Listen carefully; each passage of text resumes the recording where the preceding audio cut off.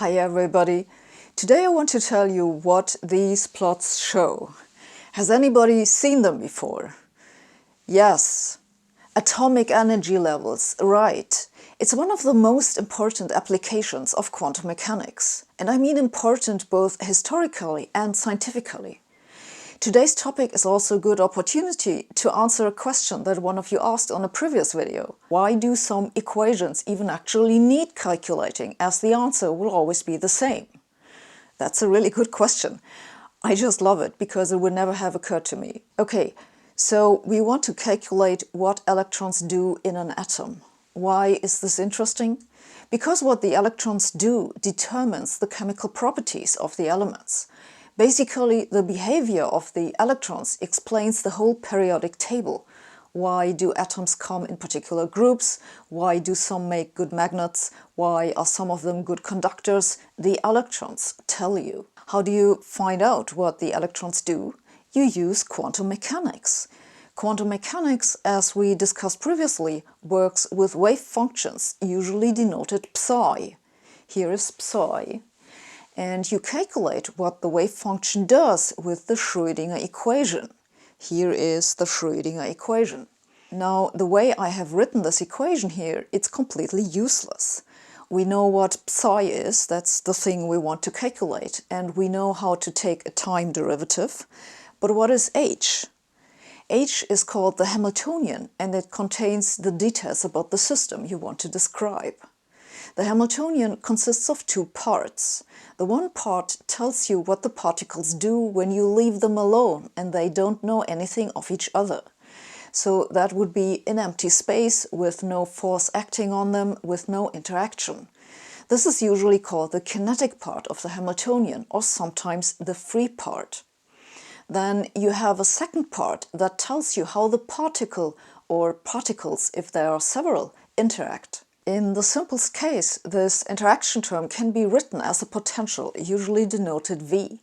And for an electron near an atomic nucleus, the potential is just the Coulomb potential.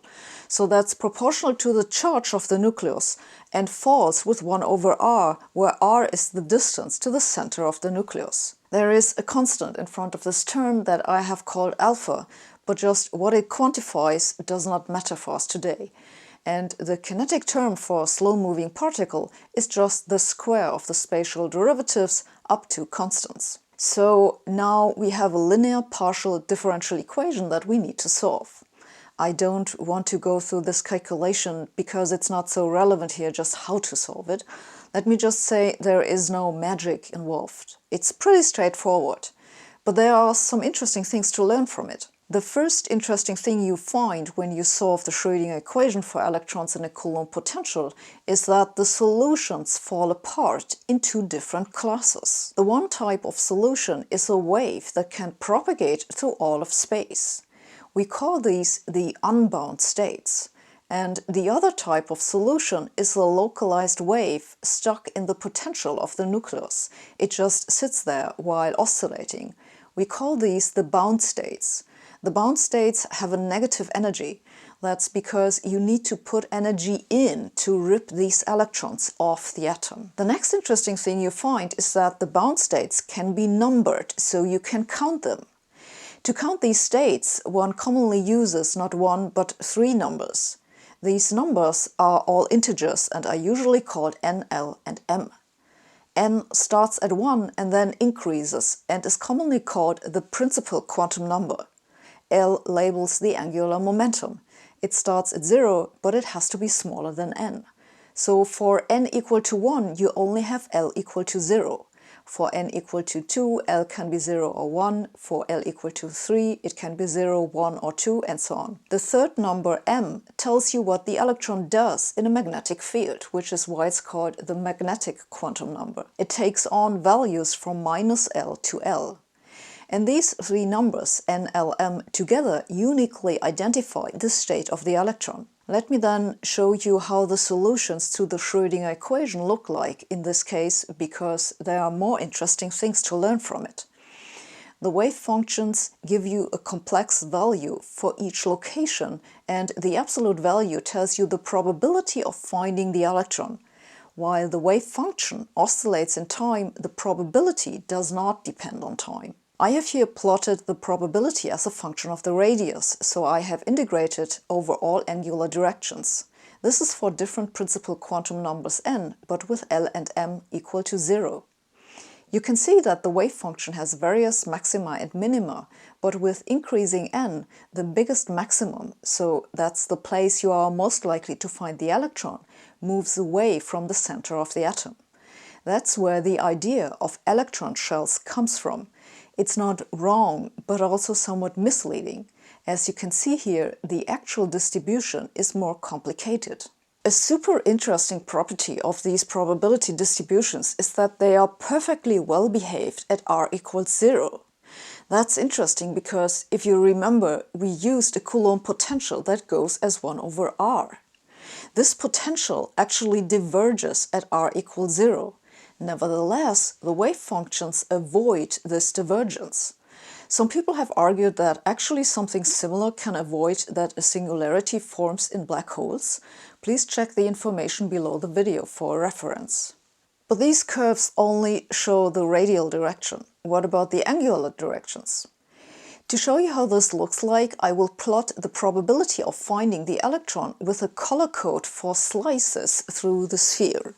And I will start with showing you the slices for the cases of which you just saw the curves in the radial direction, that is, different n, but with the other quantum numbers at 0. The more red-white the color, the more likely you are to find the electron. I have kept the radius fixed, so this is why the orbitals with small n only make a small blip when we scan through the middle. Here you see it again. Note how the location of the highest probability moves to a larger radius with increasing n. Then let us look at a case where L is non-zero. This is, for example, for n equals 3, L equals 1 and m equals plus minus 1. As you can see, the distribution splits up in several areas of high probability and now has an orientation. Here is the same for n equals 4, L equals 2 and m equals plus minus 1. You can see that this is no longer spherically symmetric. But actually, if you combine all the quantum numbers, you get back spherical symmetry, as it has to be. Again, you see that thinking of the electrons as sitting on shells does not capture very well what is going on. Now that you have an idea how we calculate atomic energy levels and what they look like, let me then get to the question, why do we calculate the same things over and over again? So this particular calculation of the atomic energy levels was frontier research a century ago. Today's students do it as an exercise. The calculations physicists now do in research in atomic physics are considerably more advanced than this example, because we have made a lot of simplifications here. First, we have neglected that the electron has a spin, though this is fairly easy to integrate. More seriously, we have assumed that the nucleus is a point. It is not. The nucleus has a finite size and it is neither perfectly spherically symmetric nor does it have a homogeneous charge distribution, which makes the potential much more complicated. Whereas nuclei themselves have energy levels and can wobble, then the electrons on the outer levels actually interact with the electrons in the inner levels, which we have ignored. There are further corrections from quantum field theory, which we have also ignored. Yet another thing we have ignored is that electrons in the outer shells of large atoms get corrections from special relativity. Indeed, fun fact, without special relativity, gold would not look gold. And then, for most applications, it's not energy levels of atoms that we want to know, but energy levels of molecules. This is a huge complication. The complication is not that we don't know the equation. It's still the Schrödinger equation. It's also not that we don't know how to solve it. The problem is, with the current methods, doing these calculations for even moderately sized molecules takes too long, even on supercomputers. And that's an important problem, because the energy levels of molecules tell you whether a substance is solid or brittle, what its color is, how good it conducts electricity, how it reacts with other molecules, and so on. This is all information we want to have. Indeed, there's a whole research area devoted to this question, which is called quantum chemistry. It is also one of the calculations physicists hope to speed up with quantum computers. So why do we continue solving the same equations? Because we are improving how good the calculation is, we are developing new methods to solve it more accurately and faster, and we are applying it to new problems.